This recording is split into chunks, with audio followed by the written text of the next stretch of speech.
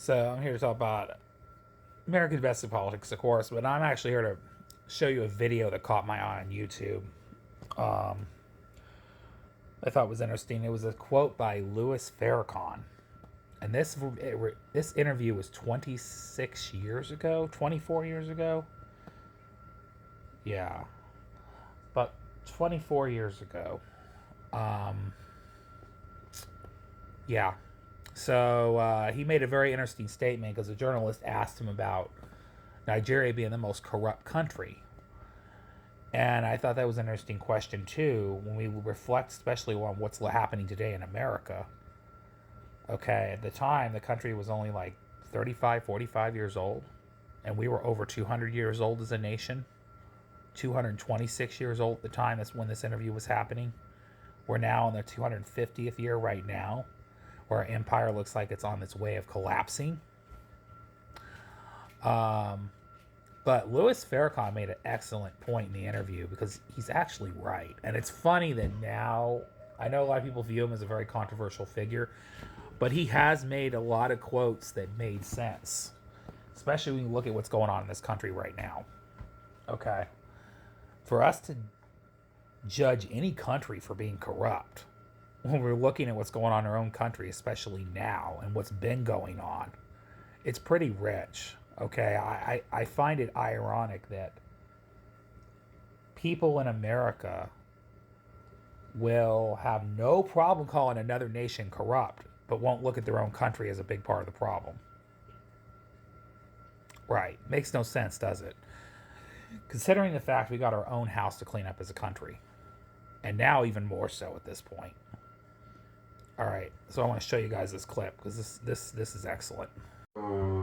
Watch this video. You go to Nigeria, which is, if not the most corrupt nation in Africa, and it is, it could be the most corrupt nation in the world, Mr. Farrakhan. Oh, now, Mr. Wallace. It is the most corrupt nation that I have ever covered. I've been there 25 years ago, and I've been there as recently as last year. Fine. So what?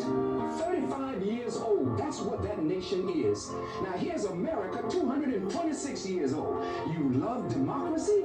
But there in Africa, you're trying to force these people into a system of government that you just have accepted 30 years ago. Black folk got the right to vote. You're not in any moral position to tell anybody how corrupt they are. You should be quiet and let those of us who know our people go there and help them get out of that condition. But America should keep her mouth shut wherever there's a corrupt regime, as much hell as America has raised on the earth. No, I will not allow America, or you, Mr. Wallace, to condemn them as the most corrupt nation on earth when you have spilled the blood of human beings. Has Nigeria dropped an atomic bomb and people in Hiroshima and Nagasaki have been killed off millions of Native Americans? How dare you put yourself in that position as a moral judge? I think you should keep quiet, because with that much blood on America's hands, you have no right to speak. I will speak because I don't have that blood on my hand.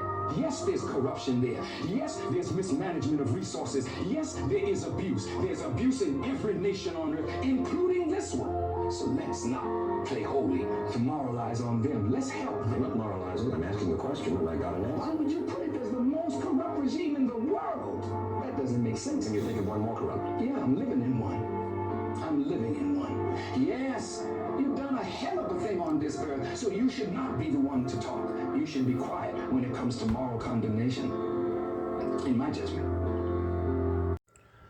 Again, I thought that point was excellent because it's true.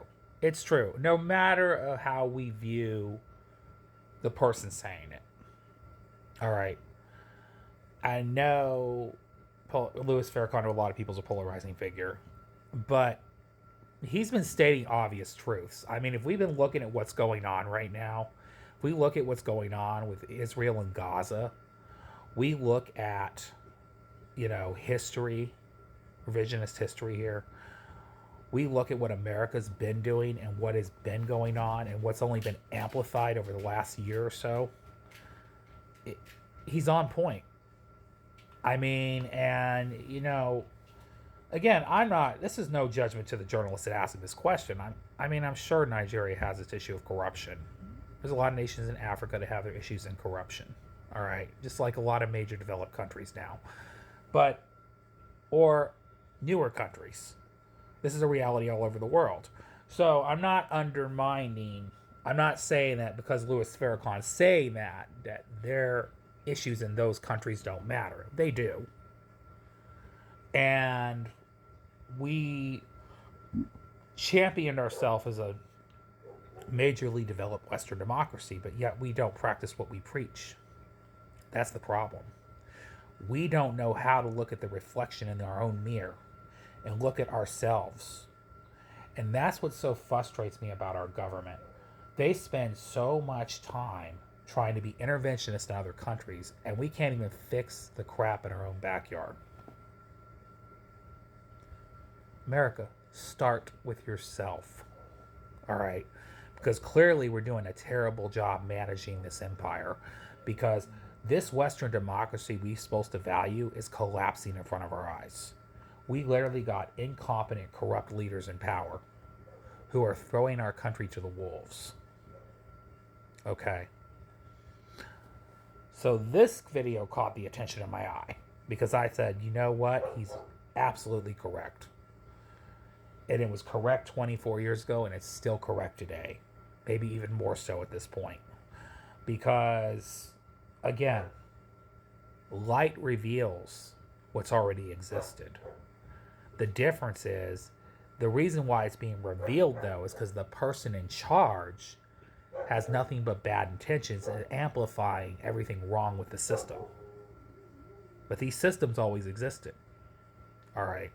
America's penchant for wanting to be interventionist all over the world's always been a thing. America thinks they have to be on the right side of everything. Even when they have good intention, it doesn't end well.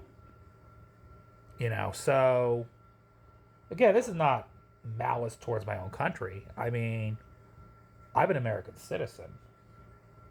I'm not sitting here just hating on America, but we need to look at our own backyard. And we don't have to agree with everybody we see, but sometimes they make points that are absolutely relevant, and it needs attention. Because the reality is, listening to different people and hearing different voices and reflecting on the reality, we learn something. Because it's true. We can criticize all these other countries, but these nations are far newer than America. America's been doing this experiment a long time. Obviously, we've not been doing it right. And if we want to continue being the number one superpower in the world, we got to strive for better in this country. Because the people in charge are not doing it. They're tearing our country down. They're putting us down the pedestal. We should be number one. We are no longer number one. That's an inflection point right there. You know? And I don't post these videos because I just hate on my country. I don't hate my country. I want better for my country. But the only way to truly become the great nation that we want to be, the great empire we actually want to be, we have to look at what we've done wrong. Because the only way to change course is to learn from our past. Reflection equals evolution. Okay? In other words, if we repeat the same mistake, we're doomed to have the same result. All right? That's why these criticisms here and there are very helpful. Because, again, that's what I call constructive criticism. Because it's reflecting on the reality. It's not saying that nation isn't corrupt. It's acknowledging a reality, but it's also saying, hey, look at our own backyard. You know what I mean? So, again, this is not saying other countries' values are better. I don't know enough about Nigeria to make that judgment. I'm not advocating for other countries' values. What I'm saying is we need to look at our own backyard as a country. Okay? America needs to work on itself. And after what we see right now, the leadership we have, that's more prevalent than ever. Okay. So I thought it was an excellent quote.